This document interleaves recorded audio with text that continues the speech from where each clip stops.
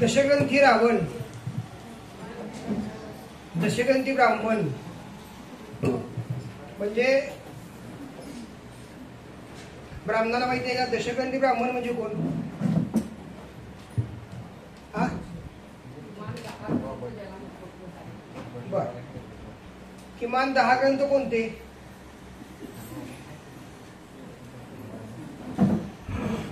प्रश्न पहिला काय माझा?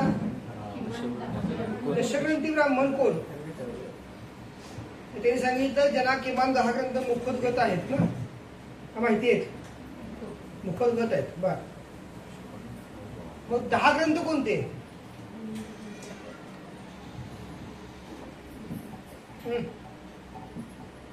आहे का माहिती? तुम्ही ज्याला श्रीशास्त्र म्हणता, खगोलशास्त्र, भूगोलशास्त्र, रसायनशास्त्र, भौतिकशास्त्र, हे सगळे ग्रंथातून निघालेलं आहे. तुमच्या शाळेत आता शिकवलं जातं ते त्रोटक आहे, पण हे सगळं ग्रंथातून बाहेर पडलंय. विषय कळतोय का? सगळी शास्त्र ही ग्रंथातून बाहेर पडलेली आहेत. मेडिकल सायन्स मध्ये 4 पॅथ्या प्रमाण मानल्या जातात: ॲलोपॅथी, आयुर्वेदिक, होमिओपॅथी, नॅचरोपॅथी, 5वी आहे युनानी. 5 पॅथ्या एकत्र केल्यानंतर काही आजार निवारण होतात, काही आजार 5 पॅथ्याशिवाय निवारण होत नाहीत. का बोलत? आणि काही आजाराला नुसतं एक पुरतं. 5 एकत्र करून तो आजार काढायचा म्हणजे माणूस मेलाच की पाहिजे का पेक्षा, ठीक आहे? तर हे सगळं जे आहे हे जे ग्रंथ आहेत, शास्त्र आहे पूर्वीची. विषय कळतोय का? आता माझा साधा प्रश्न तुम्हाला आहे. तुमचा नावडता रावण, त्याच्या आईचं नाव काय माहित आहे का? माहित नाही रावण आपला? हा, कैकसी. वडिलांचं नाव काय? विश्रवा ऋषी. विश्रवा ऋषीच्या पहिल्या पत्नीचं नाव काय? इडाविदा. आणि त्याच्या पोराचं नाव काय? कुबेर. एवढं सगळं काय सांगतोय? जेवल्यानंतर पुन्हा कुबेरची आठवण का काढली?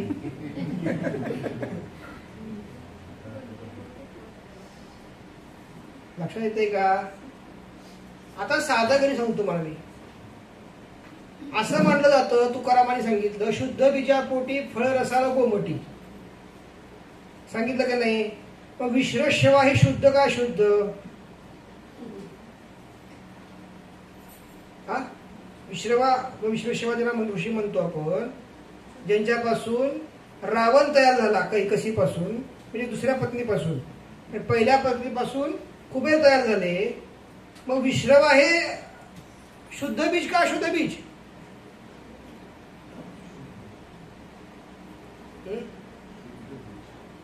कोण शुद्ध बीज म्हणतंय?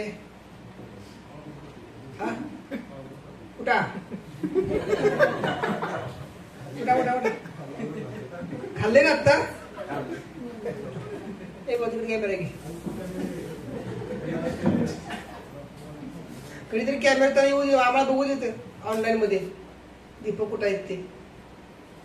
तुम्ही रावणचे वडील जे आहेत ऋषी, हे शुद्ध म्हणताय का नाही? का शुद्ध म्हणताय?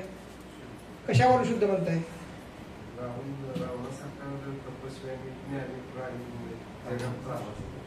तुम्ही ज्ञान कशावर आधारित मानता?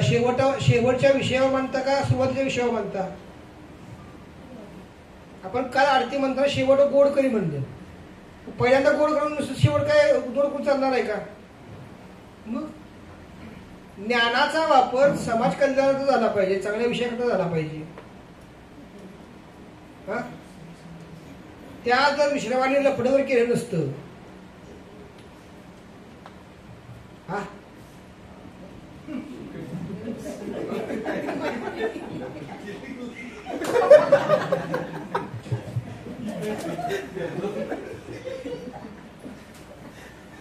अहो एक लक्षात घ्या, ज्या वेळेस रामाच्या पुढं ही आली, कोण आली? शूर्णपणखा आली.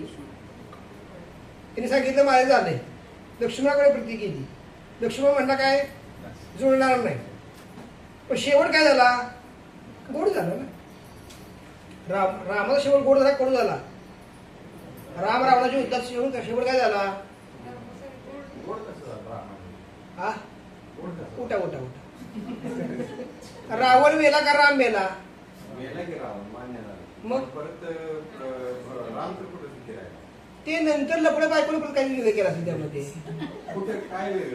तिनं आता तुम्ही जर बायकोला सांगितलं तू शुद्ध आहेस का अशुद्ध आहेस, परीक्षेला हे दे म्हणून, पण रामाला स्वतःलाच माहित होतं ना त्यांना अग्नीमध्ये हे करून. मग पुन्हा कशा प्रश्न तुम्ही घ्यायला लावली पडते तिची परीक्षा कुठं अग्नीतनं परत अग्नीला हे देऊन ओरिजिनल सीता अग्नीतनं बाहेर. दुसऱ्यांदा बायकोला एकदा मारलं तर बायको सहन करते, दुसऱ्यांदा मारलं बाहेर जाते का नाही?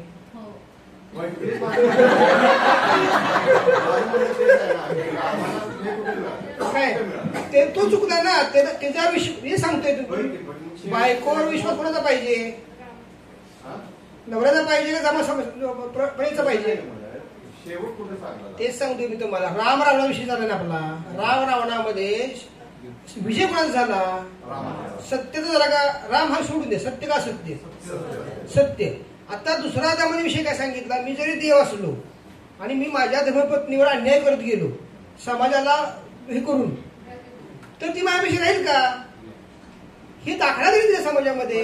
रावणाला सुद्धा मृत्यू ह्याच्याच हातात आला ना, देवाच्या हातात आला, जे त्यानं वर मागून घेतला होता, हे करून घेतला होता. रावणाचा मृत्यू सुद्धा रामाच्या हातात आला. विषय असा आहे, रावणाचा ऐकून घ्या, आपला मृत्यू कोणाकडे जातो?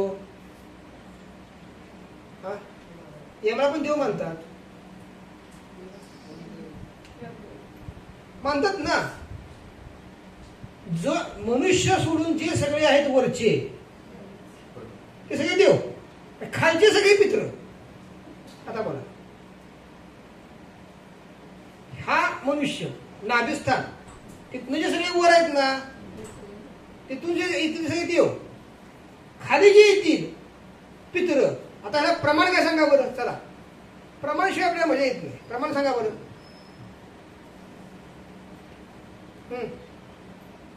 कोण सांगत? मी जे सांगतोय हे सत्य का असत्य? सत्य कशावर सत्य? मी खोटं बोललो तर कोण सांगत? माणकी माहिती तुम्हाला प्रमाण? हा, कोण सांगत?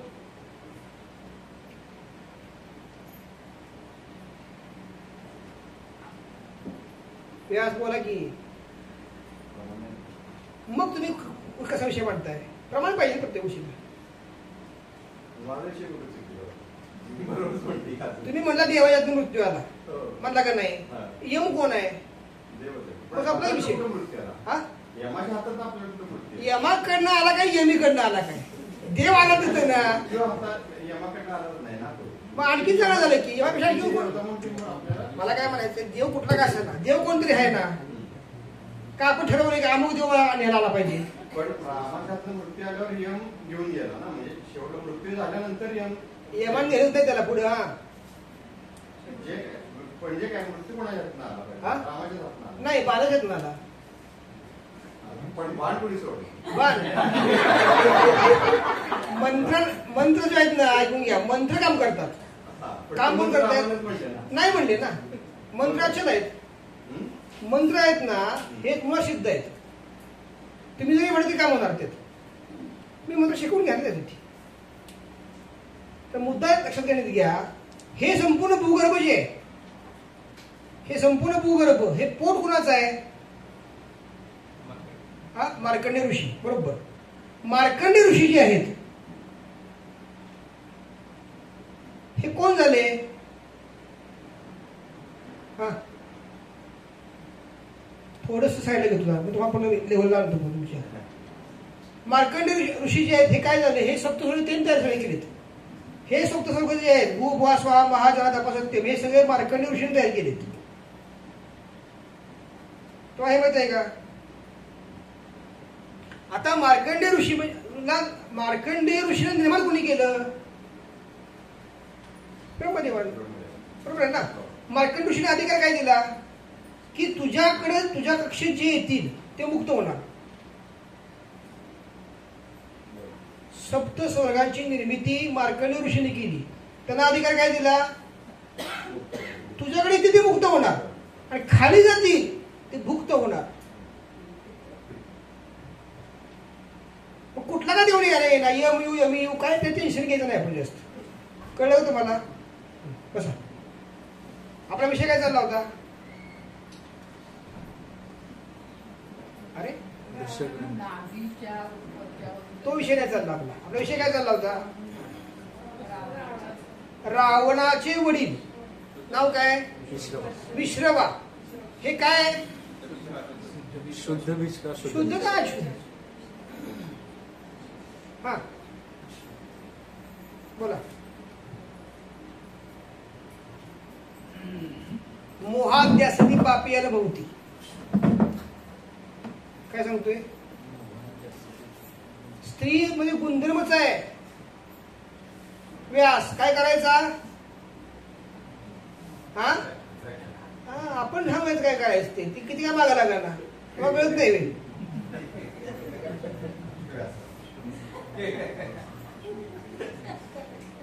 आता मुद्द्यावर स्त्री गुणधर्मच आहे ना, ती काय करणार?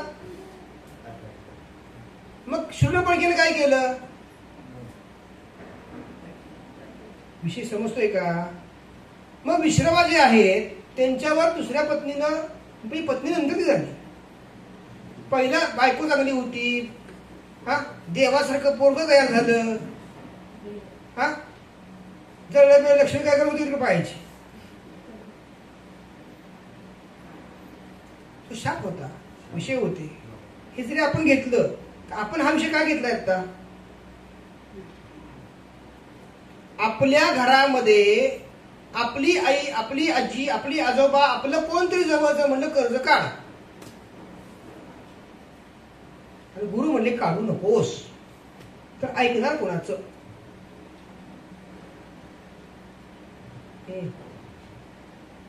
आता मुद्द्यावर या. रेफरन्स सांगितल्याशिवाय तुम्हाला कळणारच नाही ना.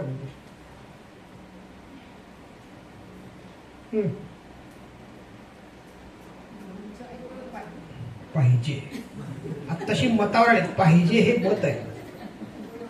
पुढं पाहिजे. पुढं साहेब कुठे आहे जरा तुमचं दुसरं काहीतरी.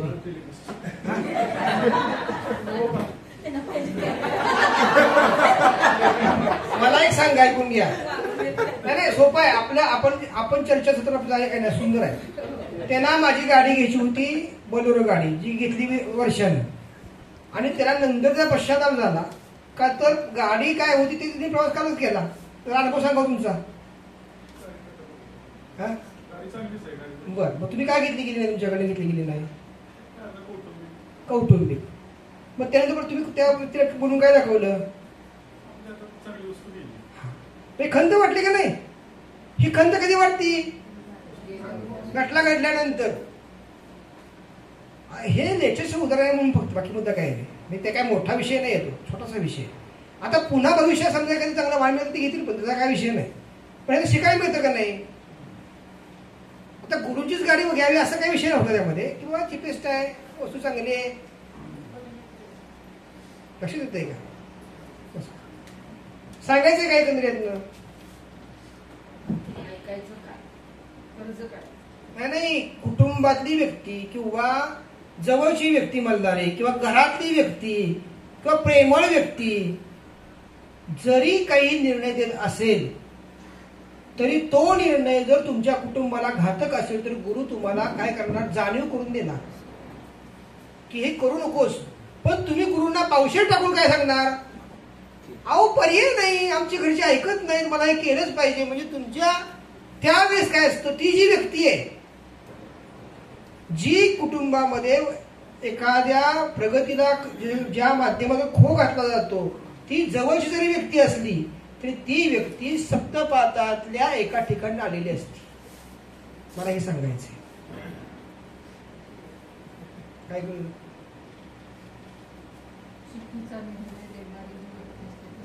तुम्ही असं समजू नका की पाताळातली व्यक्ती पाताळातली व्यक्तीचा अर्थ काय की जो जीव पाताळातनं आला वर तो समजा ह्या जन्मामध्ये अतिशय श्रीमंत पण असू शकतो, पण त्याच्याकडून जे निर्णय होतात ना ते चुकीचे होतात. तर रावणापाशी सोनं कमी होतं रे. हा, रावण जेव्हा सीतेकडे जात असत त्याच्या अंगावर सोनं किती होतं विचार तुम्ही करा की. आणि ती बिचारी सगळं काढून बसली होती, काही जागा सोनं नव्हतं, पाठीसाठी फक्त होती. अशा अवस्थेत तिनं सीतेनं कंट्रोल किती केलं? नाही केलं. म्हणजे मनाचा जो एक ठामपणा असतो, निर्णय क्षमता असती की माझे पती म्हणा, गुरु म्हणा, देव म्हणा, जो कोण आहे तो अंतिम आहे. म्हणून आज आपण सीताराम नाव घेतोय. गुरु करणं आणि गुरुचे विचार रुजवणं किती अवघड आहे. काय सांगतोय? पुस्तकात नुसतं वाचायचं हे गुरु ते गुरु, त्याचा काही व्हॅल्यू का नाही त्याला? प्रॅक्टिकल सगळ्या गोष्टी आहेत या. ती पुस्तकात वाचलं, पंखा लावल्यानंतर चारी बाजूला वारं फिरतं आणि घामाचं काय होतं? पृथक्करण होतं. हा, तुम्हाला घाम आलाय, आता वाचा पुस्तक. पंखा लावल्यानंतर पाणी बाजू वारं फिरतं, घामाचं पृथक्करण होतं. अरे पोवार कुठे येते? हा, पण पंखा वारं कुठे येते? पण पंखा पाहिजे त्यासाठी, पाहिजे का नाही? प्रॅक्टिकली गुरु समोर पाहिजे तुमच्याकडे नाही तुम्हाला ज्ञान द्यायला. हा, म्हणून सांगितलं एकत्री ओवी अनुभवावी, वाचावी नव्हे.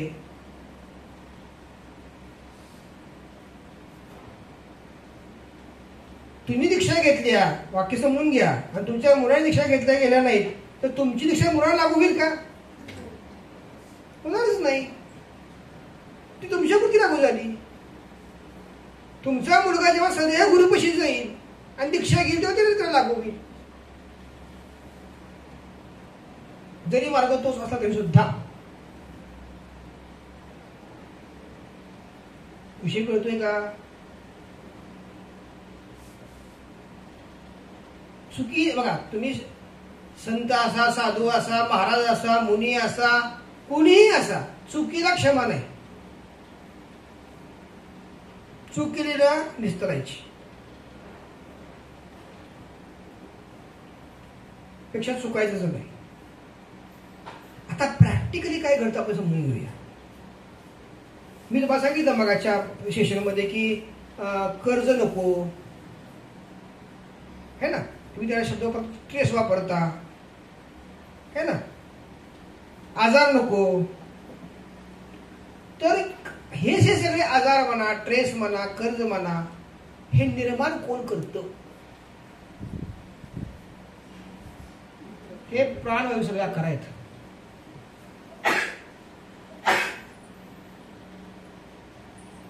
मग अशी सांगितलं कोविड-19 बद्दलचं वाक्य है ना, 24 प्रकारचे बॅक्टेरिया आहेत. मग वातावरणात बॅक्टेरिया आहेत का नाहीत? पण त्यांची तुमची मैत्री कधी होती?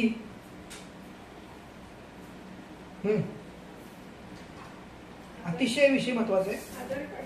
अहो कधी होती पण ती? तुमच्याच मागे तो आजार का लागतो?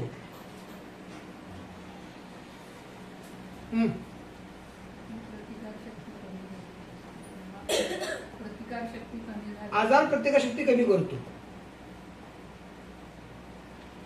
आजाराला प्रतिकार करता येत नाही म्हणून तो शक्तीच कमी करून टाकतो. बोला काय खायचं कुत्रे करून खावा, काय पडत नाही, काय होत नाही. जरा चुकीचं खावा, बरोबर खावा, पालाभाज्या खावा, फळभाजी खावा. प्राणी खाताय माणूस तुम्ही अजून काय पडत नाही. दादा फक्त म्हणजे माणूस फक्त खाऊ नको बाबा, कारण तू त्यापासून निर्माण आलायस. बाकी काय पाहिजे ते खा. पुढं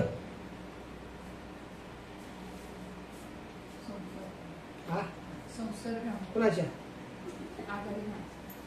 काय आता आमच्या ह्या अपर्णाताई भाऊ जेव्हा त्यांचं होता ऍडमिट होता तेव्हा मी इथनं काही वस्तू त्यांना दिली होती.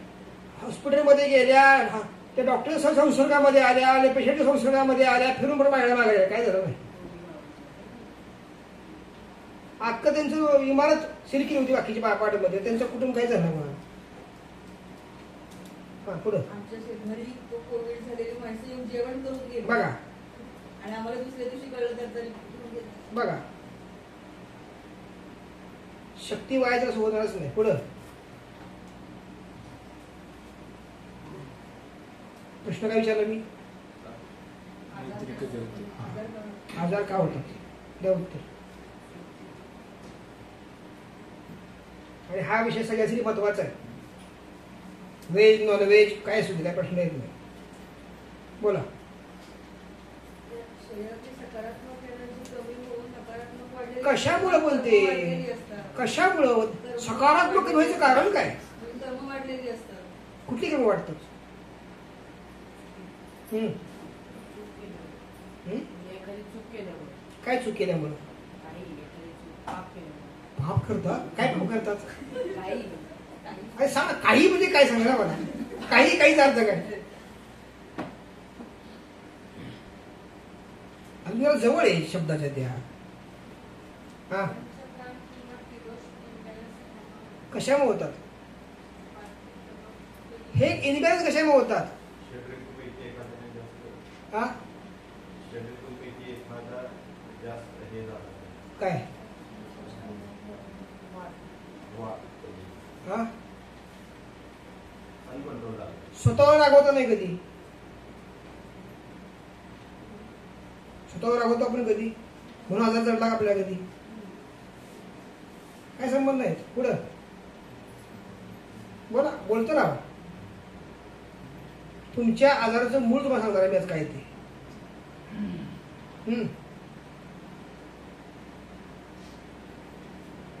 वातावरणात काही शक्ती आपल्याला त्रास देऊ शकते. का देतात पण तुम्हाला त्रास? मी एवढं चांगला असताना तुमच्या मागण्या यायची गरज आहे का त्यांना? काही आत्मे असतात. काय त्यांना उद्योग काय नाही दुसरे? हा का तुम्ही सापडले का तुमच्या मागा तुमच्या लागायला? कोण सांगत?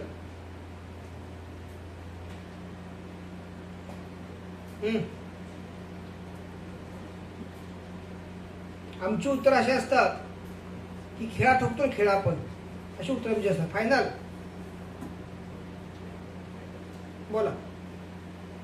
माणूस आजारी का पडतो? आता मी हिमालयात गेला आणि सर्दी झाली म्हणून तो विषय नाही. लक्षात आलं का? जास्त आंबे खाले डिसेंट्री झाली म्हणून तो विषय नाही. अगं ती खाल्ल्यामुळे होऊ शकतो त्या गोष्टी. अजून जरा जवळ नाही, अजून जरा जवळ. आपला जन्म आणि या जन्म हा. या दोन्हीच्या मध्ये जे काय मायनसेस आपले जसे जसे जमा होत आहेत हा तसं तसं आपली बॉडी जी आहे ती आजारांमध्ये होते. मायनस जमा कुठे होतात? मायनस जमा कुठे होतात? आपला आत्मा होत आत्मा कुठे आहे? हा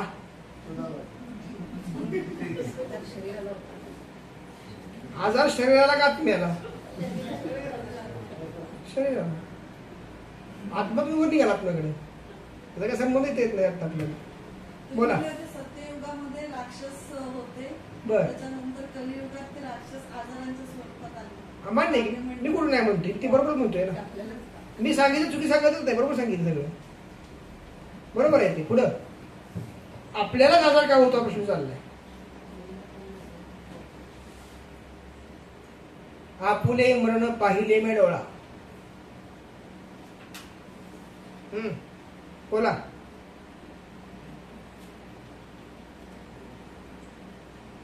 सगळे हे जागे आहेत ना. ज्ञान किंवा अज्ञानाने घडलेलं पाप हे आजाराचं मूळ आहे. काय वाक्य सांगतोय? काही गोष्टी तुम्ही ज्ञान असून सुद्धा पाप करत असाल तर तुम्ही त्यांनाही आजारी पडणार. ते आजार असे असतात कव्हर होत नाहीत. आणि काही गोष्टी अशा असतात की अज्ञान आहे, माहित नाही, आपण आपल्याकडनं घडलं असं एखादी गोष्ट चुकीची, पण ती गोष्ट चुकीची आपल्याला करायची नव्हती तरी घडली, पण ती अज्ञानात घडली. तर ती घडल्यानंतर सुद्धा त्यातून मोठे आजार होऊन ती कव्हर करता येतात. निसर्ग तुम्हाला सपोर्ट करतो. पण तुम्ही जर ज्ञानानं जाणून बुजून पाप करत असाल तर प्रायचित्त नाही. एक पाठ समजला. आता आजार ऍक्टिव्ह कोण करतं तर हे 11 वायू.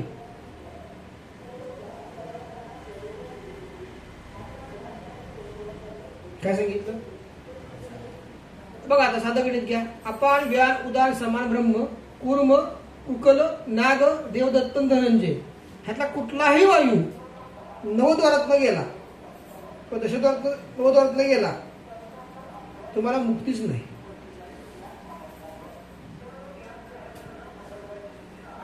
काय सांगतोय आपण? जांभळी येतो, जांभळी आणि जांभळी कुकल वायू येतो.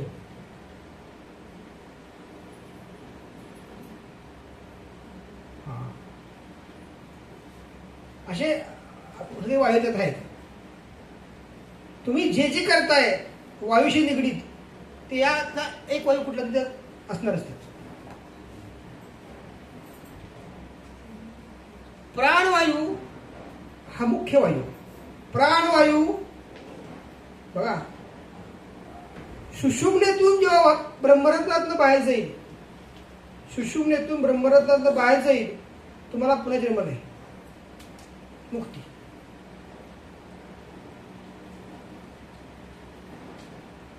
आणि हे अवघड आहे.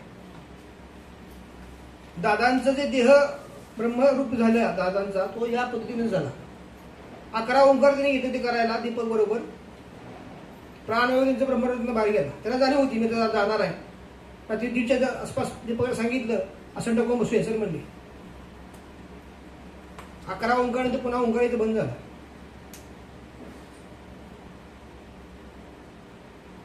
सत्पुरुष जे असतात ना ते स्वतःचा जीव देह जेव्हा चैतन्यहीन होणार असतो तेव्हा त्यांच्या देहामधला जो प्राण आहे ते ब्रह्मरत्न बाहेर काढतात.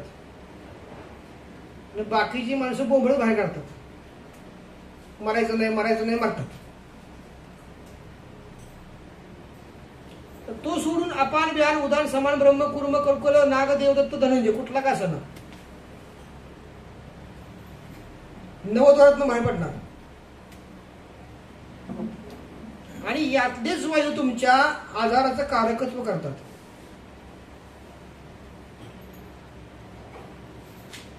काय कळलं तुम्हाला? जो आजार आहे तो आजार म्हणजे यातला एक वायू. इतकं सोपं आहे. आणि आजार निगडीत कुठं आहे? नाभी, हृदय, कंठ, ब्रह्म, 5 स्थान पैकी एक किंवा किती असू शकतात.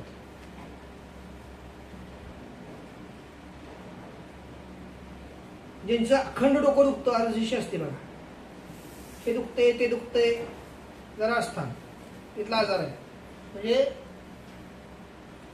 इथला वायू कुठला आला?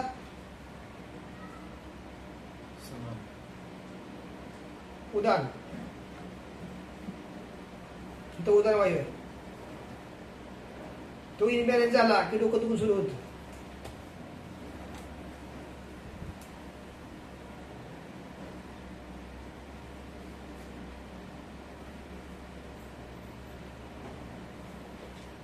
व्यान वायू व्यान उदान व्यान वायू.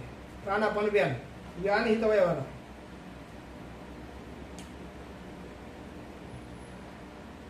तो सगळा एक पार्ट वेगळाच आहे अभ्यासाचा.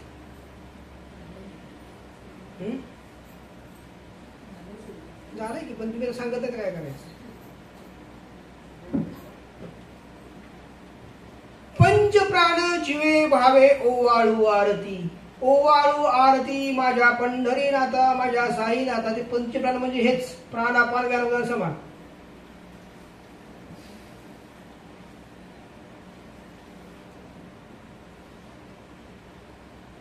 काय कळलं? हातामध्ये असतो दिवा, खाली असतो नैवेद्य. कुठला? हा, कुठला नैवेद्य असतो? लोणी, खडी साखर. आहे कुठं? पंच प्राणे जीवे भावे बघू लोणी खडी साखर.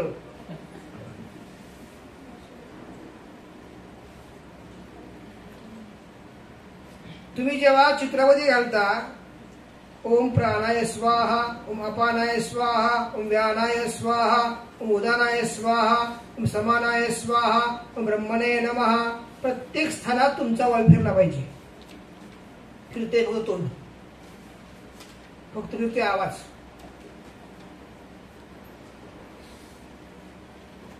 हा, वायू फिरते का? कोण शिकवतच नाही का फिरवायचं? तर काय करायचं? काय शिकवत नाही? वेळ नाहीये गुरूंच्या पाशी यायला, किती काम आहे.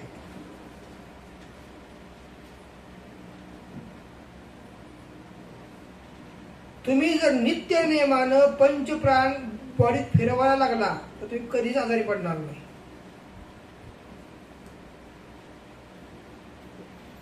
काय कळलं? इवन दादानी जे सांगितले 5 स्थानात ओंकार करा, त्याच्याशी वायूचा संबंध आहे. पण आम्हाला 5 स्थानच येत नाहीत. कोण आहे इथं 5 स्थानात ओंकार कोण दाखवा? सांगा मला. कोण पठ्ठ्या सांगू शकल की आम्ही 5 स्थानात ओंकार कोण दादा तुम्हाला दाखवतो? आहे कोण? नाही, माहिती देतो लगेच.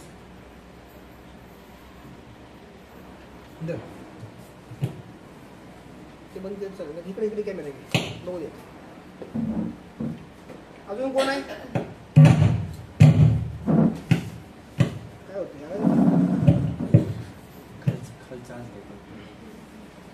कोण आहे का अजून?